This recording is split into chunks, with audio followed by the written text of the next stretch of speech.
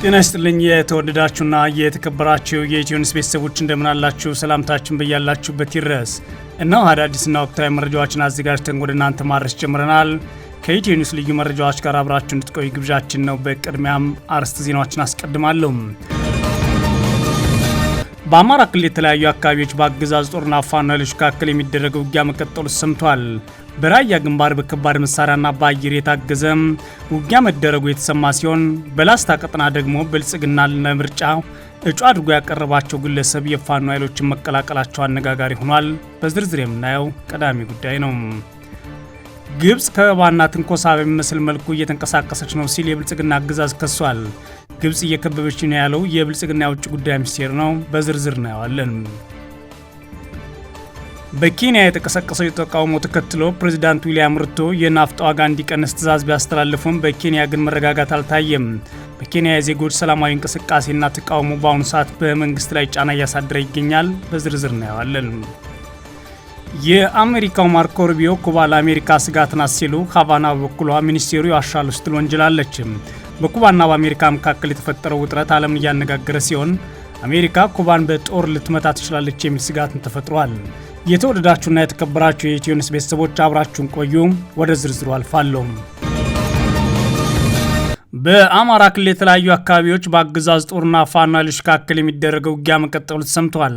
በራያ ግንባር በከባድ መሳሪያና በአየር ኃይል የታገዘ ውጊያ ሲደረግ በላስታ ደግሞ ብልጽግና ለምርጫ እጩ ያደረጋቸው አንድ ግለሰብ የፋኖ ኃይሎችን ተቀላቅለዋል። በክልሉ ሰሜን ወሎ ዞን ራያ ቆቦ ወረዳ ከባድ ውጊያ መደረጉን ነው የኢትዮ ኒውስ የፋኖ የመረጃ ምንጮች የተናገሩት። ግንቦት 14 2018 ዓ.ም ከሌሊቱ 10 ሰዓት የጀመረው ውጊያ በከባድ መሳሪያዎችና በድሮን ስምሪት የተካሄደ ሲሆን በውጊያው ከፍተኛ ሰብአዊና ቁሳዊ ጉዳት ደርሷል ሲሉ የመረጃ ምንጮች ተናግረዋል። በተለይም በራያ ቆቦና ራያ አላማጣ አዋሳኝ አካባቢዎች የተደረገው ውጊያ ከፍተኛ ጉዳት የተመዘገበ ሆኗል ነው ያሉት የመረጃ ምንጮች። በራያ አላማጣ ቀጠና የትግራይ ኃይሎች ግንባር አዛዥ ጀነራል ዮሐንስ ወልደ ጊዮርጊስ ወይም ጆን መዲድ ታይቷል መባሉ ደግሞ በአገዛዙ በኩል ያልተቋረጠ የድሮን ስምሪት እንዲያደርግ ሳያስገድደው አልቀረም ብለዋል። በዚህ ቀጠና መረዋ አካባቢ በተፈጸመ የድሮን ጥቃት ሰላማዊ ሰዎች ጨምሮ በቁጥር ያልታወቁ ሰዎች ተገድለዋል ሲሉ ነው የመረጃ ምንጮቻቸው የተናገሩት። በራያ ቆቦ ወረዳ አማያ አካባቢ የቀጠለውን ውጊያ ተከትሎ በተኩለሽና መረዋ አካባቢዎች ከፍተኛ ወታደራዊ እንቅስቃሴ ያለ ያሉት የመረጃ ምንጮች በተለይም በራያ ቆቦና አላማጣ ወረዳዎች አዋሳኝ አካባቢዎች የፋኖ ኃይሎችና የትግራይ ኃይሎች በቅርበት በጋራ ሲንቀሳቀሱ ታይተዋል ብለዋል። የብልጽግና አገዛዝ በፋኖ ኃይሎችና በትግራይ ኃይሎች መካከል ጥምረት አለ በሚል በተደጋጋሚ ሲገልጽ ቢደመጥም በሁለቱ ኃይሎች በኩል ግን በይፋ እስካሁን የተሰጠ ምላሽ የለም። በቀጠናው የተደረገው ውጊያ በራያ ቆቦ ወረዳ አማያ፣ ዋልካ መንደር፣ ሾዎች ማርያም፣ መንደፈራም፣ ቀዩ ጋሪያም፣ እዩብ፣ ጮቢ በርና ሌሎች አካባቢዎችን አካሎ ለ10 ሰዓታት እንደዘለቀ የኢትዮ ኒውስ የመረጃ ምንጮች ተናግሯል። የፋኖ ኃይሎች በኩላቸው በራያ ቆቦ በተደረገው ውጊያ በአገዛዙ ጦር ላይ ከፍተኛ ሰብአዊና ቁሳዊ ጉዳት አርሰንበታል ሲሉ አስታውቀዋል። በተመሳሳይ በክልሉ ሸዋ ቀጠና በአገዛዙ ጦርና ፋኖ ኃይሎች መካከል የሚደረገው ውጊያ መቀጠሉ የተሰማ ሲሆን የፋኖ ኃይሎች በመራቤቴ ቀጠና ሬማ ከተማ ሰርገው በመግባት ባደረሱት ጥቃት በርካታ የሚሊሻ አባላት መገደላቸውን አፋብን ይፋ አድርጓል። በኤፍራታና ግድም ወረዳ ፈረደ ወደ አካባቢ በተፈጸመ ተመሳሳይ ጥቃት የአገዛዝ ጦር አባላት ላይ ጉዳት ደርሷል ተብሏል። በተያያዘም ከደብረ ብርሃን ከተማ በመነሳት ወደ አንኮበር አልዩ አምባ ተንቀሳቅሶ ጎርጎ ለመግባት ሞክረው የአገዛዙ አድማ ብተናና ሚኒሻ ኃይል ላይ ውጊያ መክፈታቸውን የፋኖ ኃይሎች አስታውቀዋል። ጎርጎ ዙሪያ በርበሬ ውሃና እንዶዲ አካባቢዎች ጨምሮ በተደረገ ውጊያ 2 የሻምበል አዛዦችን ጨምሮ ከ40 በላይ የአገዛዝ ጦር አባላት የሞትና የአካል ጉዳት ደርሶባቸዋል ነው ያለው አፋብን። በሌላ በኩል የብልጽግና አገዛዝ ፓርቲውን ወክለው በሰባተኛው ሀገራዊ ምርጫ እንዲወዳደሩ አቅርቢያቸዋላቸው ያሏቸው አንድ እጩ የፋኖ ኃይሎችን መቀላቀላቸው አነጋጋሪ ሆኗል።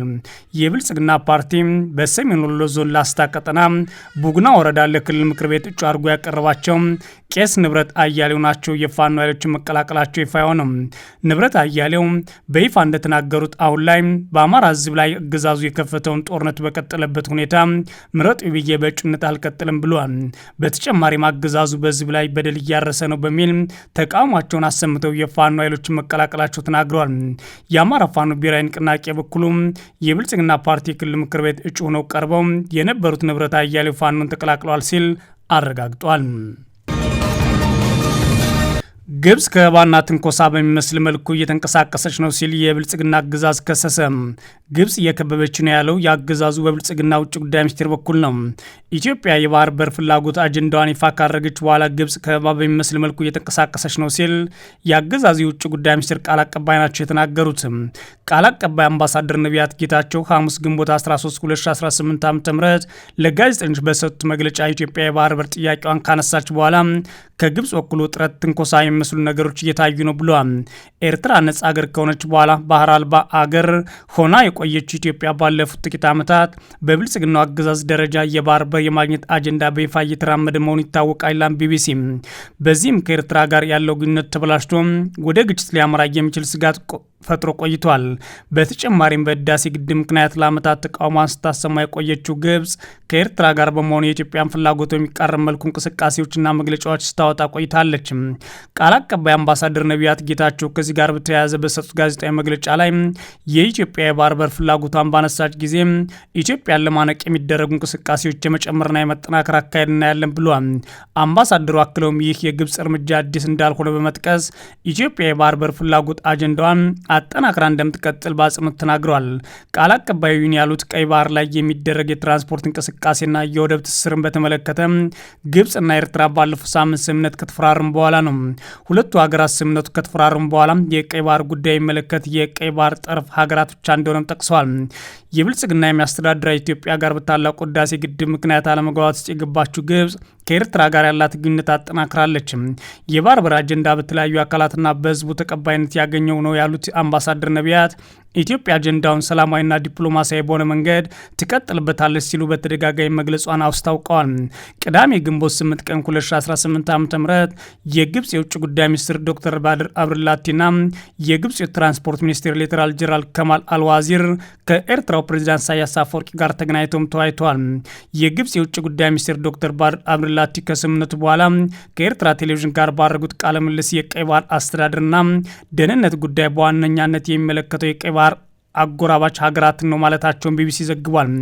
የብልጽግናው ጠቅላይ ሚኒስትር አብይ አህመድ በተደጋጋሚ ሀገራቸውን የባህር በር መተላለፊያ የማግኘት ፍላጎት በንግግርና በመግባባት የማስፈጸም ፍላጎት አጽንኦት ሰጥተው ኢትዮጵያ ፍላጎቷን በኃይል ለማስፈጸም ጦር አትሰብቅም ሲሉም ተናግረው ነበር። እሳቸው የሚሉም በነጋት ነውና በሌሎች ቀናት ደግሞ ማንም አይመልስንም የሚሉ ጀነራሎችና ካሬዎቻቸው ሲናገሩ ተደምጠዋል። ኤርትራ ነጻ ሀገር ስትሆን ወደብ አልባ የሆነችው ኢትዮጵያ በምስራቅና በአፍሪካ ቀንድ ውስጥ ከፍተኛ ቁጥር ያለው ህዝብ እንዲሁም ሰፊ የቆዳ ስፋት ኖሯት የባህር በር የሌላት ትልቋ ሀገር ከሆነች ከ3 አስርተ ዓመታት በላይ ሆኗታል። አምባሳደር ነቢያት ሐሙስ ዕለት በሰጡት መግለጫ ካነሷቸው ጉዳዮች መካከል ሌላው በሳውዲ አረቢያና በደቡብ አፍሪካ የሚኖሩ ኢትዮጵያን ጉዳይ እንደሆነም ይገኝበታል ሲል ቢቢሲ ዘግቧል። በኬንያ የተቀሰቀሰው ተቃውሞ ተከትሎ ፕሬዚዳንት ዊልያም ሩቶ የናፍጣ ዋጋ እንዲቀንስ ትዕዛዝ አስተላልፈዋል። ይህም ሆኖ በኬንያ መረጋጋት አልስተዋልም። በአሜሪካና እስራኤል እንዲሁም በኢራን መካከል እየተካሄደ ካለው ጦርነት ጋር ተያይዞ የኤነርጂና የነዳጅ ዋጋ በከፍተኛ ሁኔታ ማናሩን ተከትሎ በኬንያ በተለይም ህዝባዊ ተቃውሞ ፈንድቷል። ይህ በሸማቹ ላይ የወደቀውን ከባድ ጫና ለማቃለል የኬንያ መንግስት የናፍጣ ዋጋ እንደሚቀንስ ፕሬዚዳንት ዊልያም ሩቶ ጭምር ወጥተው ይፋ እንዲያደርጉ አስገድዷቸዋል። በአሜሪካ እና እስራኤል እንዲሁም በኢራን መካከል እየተካሄደ ያለው ጦርነትና የጦርነቱ ቀውስ መቀጠሉን ተከትሎ በዓለም አቀፍ ደረጃ የነዳጅ አቅርቦት ላይ ከፍተኛ መስተጓጎል ቢፈጥርም በጎረቤት ሀገር በኬንያ የነዳጅና የኃይል ሰጪዎችን ወደ ከረረ ደረጃ እንዲያሻቅቡ አድርጓቸዋል። በእርግጥ ኬንያ በአጭር ጊዜ የጨመረችው የነዳጅ ዋጋ ዝቅተኛ ቢሆንም ህዝቡና አጠቃላይ ነዋሪው ግን በከፍተኛ የኑሮ መማር ምክንያት ለሰልፍ ወጥቷል። የኑሮ ውድነትና የነዳጅ ዋጋ መጨመሩ ያስቆጣቸው ኬንያውያን በአገሪቱ የተለያዩ አካባቢዎች አደባባይ በመውጣት መንግስታቸውን ሲቃወሙ ሰንብተዋል። ይህም መንግስት በወሰደው እርምጃ በርካቶች እንዲገደሉ በር ከፍቷል። ዊልያም ሩቶ የመንግስትን ውሳኔ ይፋ ሲያደርጉ ታዲያ የናፍጣ ዋጋ መቀነሱ በሸማቾቹ ትራንስፖርት ዘርፍና በአጠቃላይ በኑሮ ውድነቱ ላይ የተደቀነውን ከፍተኛ ጫና ለማርገብ ታስቦ የተደረገው ነው ብለዋል። አጠቃላይ ነዳጅን በተመለከተ ያደረጉትን ጭማሪ አንስተው ከዛም ያነሰ ቀንሰው ግን ዊሊያም ሩቶ አሁንም ቢሆን በሀገሪቱ ሰላም ማስፈን አልቻሉም። በአጠቃላይ ናፍጣ ለአምራች ኢንዱስትሪዎች፣ ለህዝብ ትራንስፖርት፣ ለግብርናው ቁልፍ ዘርፍ በመሆኑ ይህ የዋጋ ቅነሳ ውሳኔ በኬንያ የዋጋ ንረትን ለጊዜም ቢሆን ላረጋጋው ይችላል ተብሎ አንዘገባም። ሆኖም ግን የዓለም አቀፉ ጂኦፖለቲካል ቀውስና ጦርነት በቀጠለ ቁጥር የነዳጅ ዋጋ በዘላቂነት መቆጣጠር የመንግስት አቅም ሊፈታተን ይችላል የሚሉ ስጋቶችም ተፈጥረዋል። በዚህም የተነሳ አሁንም ቢሆን በኬንያ ተቃውሞዎች እንደቀጠሉ ናቸው።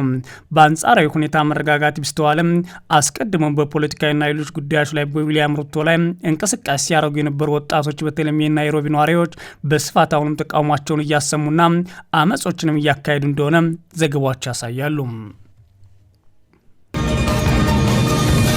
ማርኮ ሩቢዮን ኩባ ለአሜሪካ ስጋት ናት ሲሉ ሀቫና በበኩሏ ሚኒስትሩ ይዋሻሉ ስትል ወነጀለች።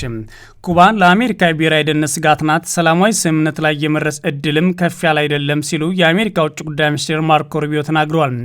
ሚኒስትሩ ይህን አስተያየት የሰጡት ከ30 ዓመታት በፊት በኩባና በፍሎሪዳ መካከል ተመትመው ከወደቁት ሁለት አውሮፕላኖች ጋር በተያያዘም የቀድሞ የኩባ መሪ ራውል ካስትሮ ላይ የአሜሪካ ዜጎችን ለመግደል ማሴርና ሌሎች ወንጀሎችን የያዘ ክስ ከመሰረተች ከአንድ ቀን በኋላ ነው።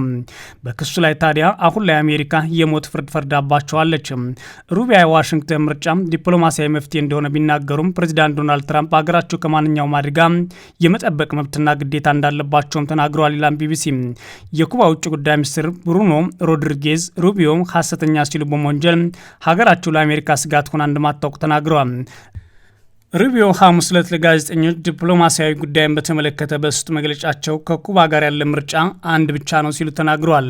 ይህም ቢሆን እውነቱን ለመናገር አሁን ከማንም ጋር እየተነጋገርን እንደሆነ ከግምት ውስጥ በማስገባት ይህን የመከሰት እድሉ ከፍ ያለ ነው አይደለምም ሲሉ ተናግረዋል። በተጨማሪም ኩባ በመላው ቀጠና ውስጥ የሽብርተኝነት ግንባር ቀደም ደጋፊ ከሆኑት ሀገራት መካከል አንዷ ናት ማለት ከሰዋታል። የኩባ ውጭ ጉዳይ ሚኒስትር ሮድሪጌዝ በበኩላቸው በኤክስ ገጻቸው ላይ የሩቢዮን ንግግር አስተባብለዋል።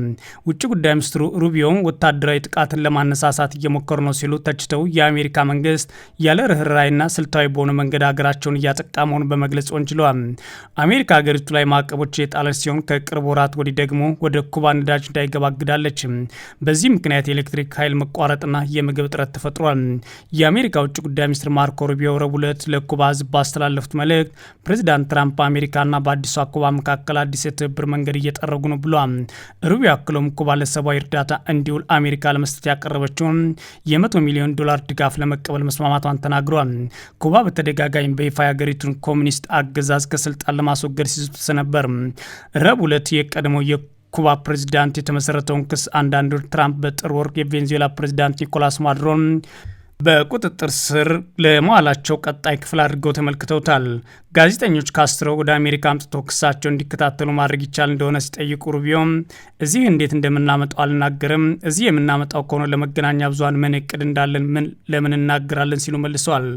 ረቡዕ ዕለት በማያሚ ክሱ ይፋ የተደረገበት ተጠባባቂ ጠቅላይ አቃቤ ግን ቶድ ብላንቼ አሜሪካ በራሳቸው ፈቃድ ወይም በሌላ መንገድ እዚህ እንደሚመጡ ይጠብቁ ብለዋል።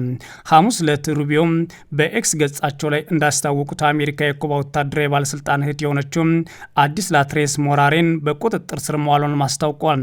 ሞራሪ የምትኖረው በፍሎሪዳ ሲሆን በሃቫና የሚገኝ የኮሚኒስት አገዛዝ ትደግፋለች ሲሉም ቱቢዮ ተናግሯል። በቁጥጥር ስር የዋለችው በኢሚግሬሽን ሰራተኞች ሲሆን ወደ ሀገሯ እስክትባረር ድረስ በማረፊያ ቤት ትቆያለችም ብለዋል። ትራምፕ ኦቫል ኦፊስ ለጋዜጠኞች በሰጡት መግለጫ ኩባ የወደቀች ሀገር መሆኗና አስተዳደራቸውን በሰብአዊነት ላይ የተመሰረተ እርዳታ ለመስጠት እየሞከረ እንደሆነ ሲናገሩት ሰምተዋል። ኩባ አሜሪካውያንን ወደ ሀገራቸው መመለስና አገራቸው ስኬታማ ለማድረግ ይፈልጋሉ ሲልም ተናግሯል። ሌሎች ፕሬዚዳንቶች ይህን ለ50ና 60 ዓመታት እየተመለከቱ መፍትሄ ሳይሰጡ ቆይተዋል። ይህንን የማስተካከል እኔን እንደሆንኩ አምናለሁ፣ ስለዚህ በደስታ ሰራዋለሁ ሲሉ ፕሬዚዳንት ትራምፕ መናገራቸውንም ቢቢሲ ጠቅሷል። የተወደዳችሁና የተከበራችሁ የኢትዮ ኒውስ ቤተሰቦች መረጃዎቻችን እነዚህ ነበሩ። መልካም ጊዜ እመኛለሁ።